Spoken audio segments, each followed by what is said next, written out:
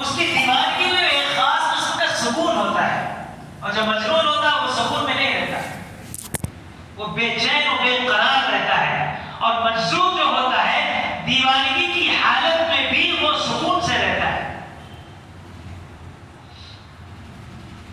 تو بعض لوگوں کو اللہ تعالیٰ تجلی کی روشنی ڈال کر اس کے بعد اس کو اپنی طرف کھینچ کر شیشے عقل کو توڑ دیتے ہیں، اور اس کے بعد وہ مجذوب ہوتا ہے اور اسی جذب کی حالت میں اللہ کے راستے میں چلتا رہتا ہے۔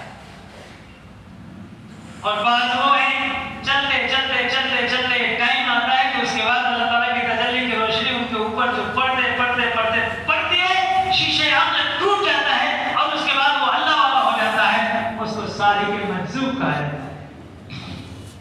وہ بھی مجذوب ہے، یہ بھی مجذوب ہے۔ مجذوب بن کر پھر اللہ کے راستے میں چلا، مجذوب سالک ہوا، سالک بن کر پھر مجذوب ہوا، اس کو سالک مجذوب کہتے ہیں۔ بعض مرتبہ انسان کی فلاح و بہبود اور کامیابی جسم میں بھی ہوتی ہے، جسم میں ہی ہوتی ہے۔ جیسے کہ ایک صاحب گزرے ہیں جو امام جعفر صادق کے شاگرد ہیں، اور ان کے بیٹے ان کی صحبت میں انہوں نے اٹھایا تھی۔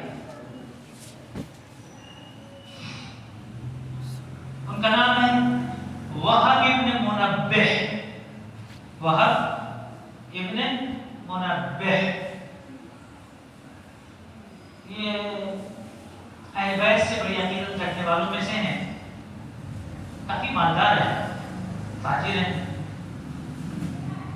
حکومت وقت جو خلیفہ ہارون رشید کا دور ہے، اس دور میں امام جعفر صادق کے خاندان سے تھوڑا دوری تھی،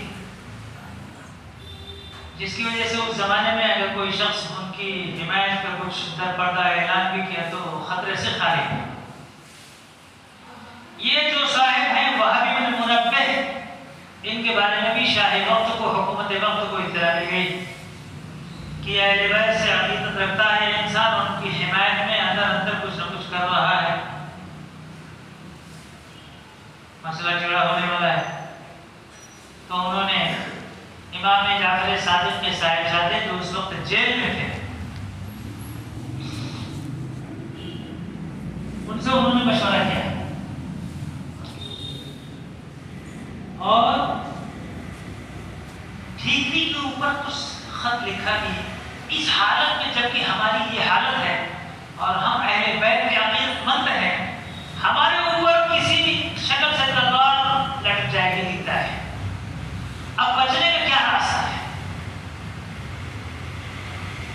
تو چونکہ امام جعفر صادق کے صاحبزادے جو جیل میں تھے، اس بنیاد پر بہت احتیاط سے انہوں نے کام لیا، اور انہوں نے دوسری ٹھیکری پر جواب میں صرف جیم لکھا۔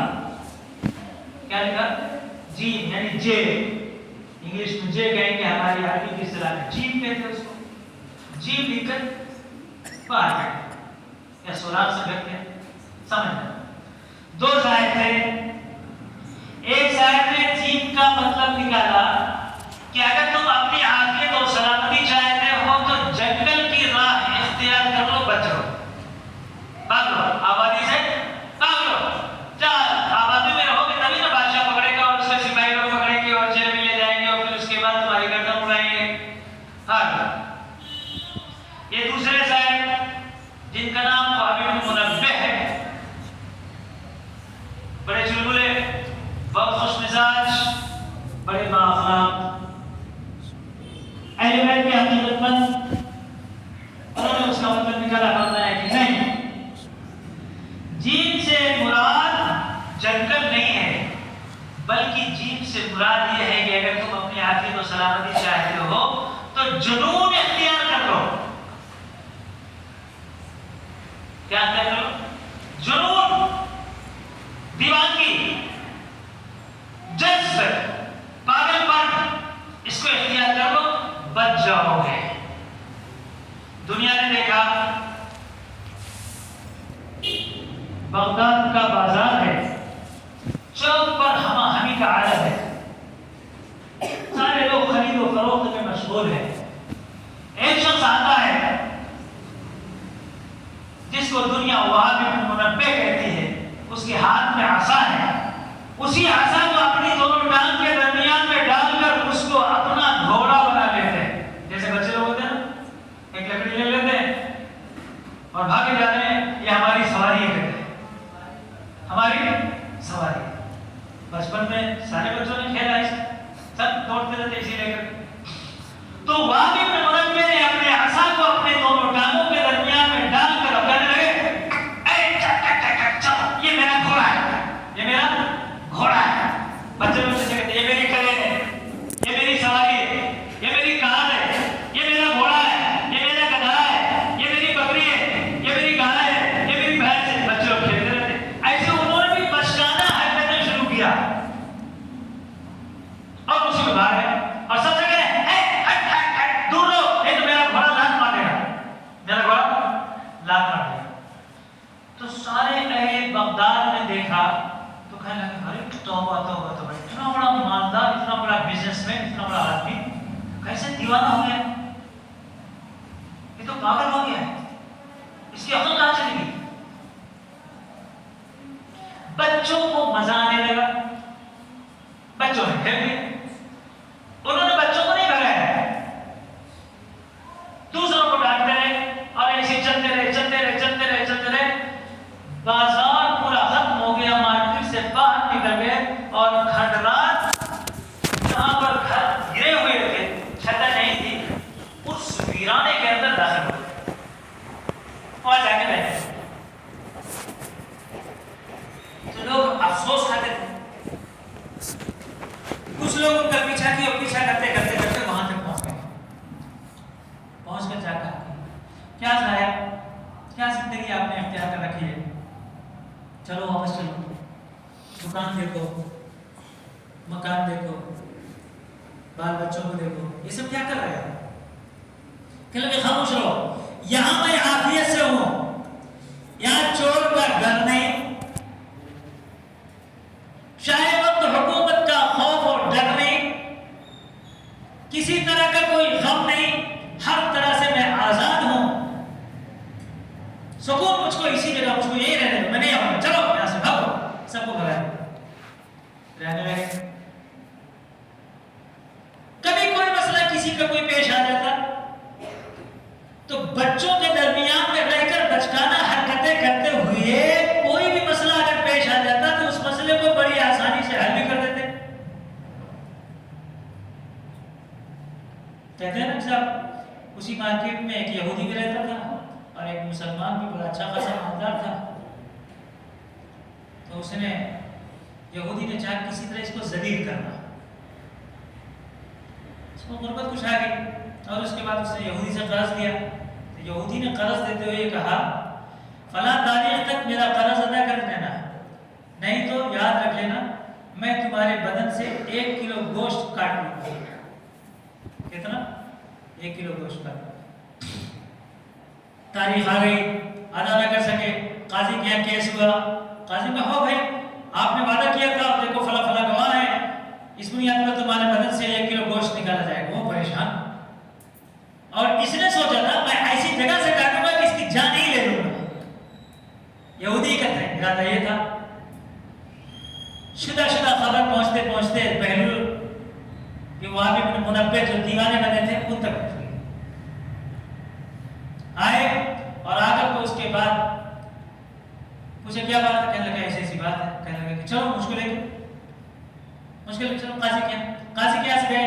جب قاضی کے پاس پہنچے تو قاضی سے کہا قاضی صاحب یہ مسلمان ہے، یہ یہودی ہے، اس کو ذلیل کرنا چاہتا ہے، کیا میں اس کی طرف سے وکیل بن کر نہیں کھڑا ہو سکتا ہوں؟ قاضی نے کہا بالکل کھڑے ہو جائیے. کہا اچھا ٹھیک. پھر اس کے بعد کہا بھائی تم نے کیا وعدہ کیا تھا ان سے؟ اگر ٹائم پر میں پیسہ نہ ادا کروں تو اس وقت میں میرے بدن سے 1 کلو گوشت کاٹ کر تم نکال دینا. ٹھیک، بالکل صحیح کہا تم نے. یہودی پاس آئے، کیوں بھائی کیا کہا تھا تم نے؟ ہاں میں 4 آدمی گواہ ہیں، انہوں نے مجھ سے کہا تھا میں دے دوں گا، اب دینا پڑے گا ان کو. قاضی نے دیکھی فیصلہ کر دیا ہے. کہنے لگے قاضی صاحب میں نے دونوں باتوں سن لیا ہے، اب میں اس کا انصاف پیش کرتا ہوں، آپ چاہیں تو اس کو قبول کر سکتے ہیں۔ کیا؟ اس نے کہا میں 1 کلو گوشت نکالوں گا، خون نہیں۔ سمجھ گئے؟ اگر کاٹتے ہوئے خون نکلا تو یاد رکھ لینا اس خون کے بدلے میں تیرا خون ہوگا، تیری گردن کاٹنے میں۔ ایک دوسرے 1 کلو گوشت کہا ہے، تول کر 1 کلو نکالنا، 1 کلو سے 1 گرام بھی اگر بڑھ کر ہوا تو تیری خیر ہے۔ یہودی نے سوچا میری جان گئی بھائی، یہ کون سا دیوانہ آیا جس نے ایسا مجھ کو پھنسا دیا، چھوڑ جاتے بھائی، میرا پیسہ دیا بس سے، میں گوشت بھی نہ کو اور گوشت بھی نہ۔ یہ کون ہے؟ یہ وقت کا اس زمانے کا شاہکار سیٹ بزنس مین، آج دیوانہ بنا ہوا ہے، لیکن دانائی کی بات کرتا ہے، انصاف کی بات کرتا ہے۔ دنیا نے اس وقت نے اس کا نام وہابی بن منبہ سے بدل کر بہلول دانا رکھا۔ کیا رکھا؟ بہلول دانا رکھا۔ بہلول کہتے ہی ہیں کس کو؟ بہلول کس کو کہتے ہیں؟ جو خوش مزاج ہو، انصاف پرور ہو، لوگوں کی زیادہ سے زیادہ اپنے اندر محبت کو رکھنے والا ہو، اسے بہلول کہتے ہیں۔ ہے تو دیکھنے میں دیوانہ لیکن فیصلے دانا جیسے کرتے ہیں۔ ایک آدمی ہے کہنے لگے بہلول سنا تم کو بڑی جانکاری ہے، اچھا تم سے ایک سوال کروں، اس سوال کا جواب دو گے؟ کہنے لگے بالکل۔ کہنے لگے کہ میرا سوال یہ ہے کہ اگر اللہ ہے تو دکھتا کیوں نہیں؟ اللہ ہے تو دکھتا کیوں نہیں؟ ایک بات۔ دوسری بات یہ ہے کہ شیطان تو آگ سے پیدا ہوا ہے، جب جہنم میں اس کو ڈالیں گے تو آگ کیا اثر کرے گی اس کو؟ آگ پر آگ کیا اثر کرے گی؟ سوال ہی نہیں ہوتا۔ اور تیسرے نمبر پر جو بھی ہوتا ہے سب رب کی مرضی سے ہوتا ہے۔ جب سب رب کی مرضی سے ہوتا ہے، ہماری مرضی سے نہیں ہوتا ہے، تو رب کی مرضی سے ہونے کی بنیاد پر ہم کو سزا کیوں دی جاتی ہے؟ ہم کو سزا کیوں دی جاتی ہے؟ چلو جواب دو۔ بہلول دانا نے کہا کہ اچھا، منڈی جھکا دی۔ کہنے لگے دیکھے میں بول رہا تھا نا تم کو جواب نہیں آ سکتا، اس لیے دیکھو کیسے منڈی جھکا دیا۔ جواب دو۔ بہلول دانا نے ایک مٹی کا ڈھیلا اٹھایا، کھینچ کے مارا۔ ابھی پکڑ کے تجھے قاضی کے پاس لے چلوں گا۔ لے چل، لے چل قاضی کے یہاں گئے۔ کیوں کس لیے؟ کہنے لگے حضور میں نے ان سے 3 سوال کیے، تینوں سوال میں سے کسی ایک کا بھی جواب نہیں دیا، بلکہ الٹا مجھ کو مٹی کے ڈھیلے سے انہوں نے مارا۔ تو قاضی نے پوچھا کیوں بھائی، مارنے کا کیا حق ہے تم کو؟ کیوں مارا تم نے؟ سوال کا جواب کیوں نہیں دیا؟ تو بہلول دانا نے کہا حضور وہ مٹی کا ڈھیلا اس کے 3 سوالوں کا جواب ہے۔ مٹی کا ڈھیلا اس کے 3 سوالوں کا جواب ہے۔ یہ کہتا ہے اللہ ہے تو دکھا۔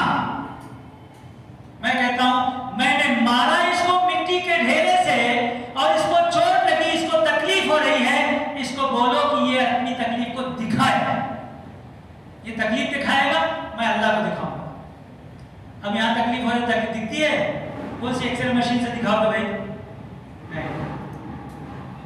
ایک جواب ہو گیا، تو مٹی کے ڈھیرے سے جو مار کھایا اس تکلیف کو دکھا، میں رب کو دکھاتا ہوں۔ دوسرے یہ کہتا ہے شیطان تو آگ سے پیدا ہوا، آگ اس پر کیا اثر کرے گی؟ یہ کس سے پیدا ہوا؟ مٹی سے۔ پھر مٹی سے جو میں نے مارا، یہ کہتا ہے اس کو مار لگی، مٹی نے مٹی پہ کیسے اثر کر دیا؟ جیسے یہاں مٹی کا ڈھیرا اس مٹی پر اثر کرتا ہے، اسی طریقے پر وہاں جنات کے اوپر اس جہنم کی آگ بھی اثر کرے گی۔ بالکل صحیح۔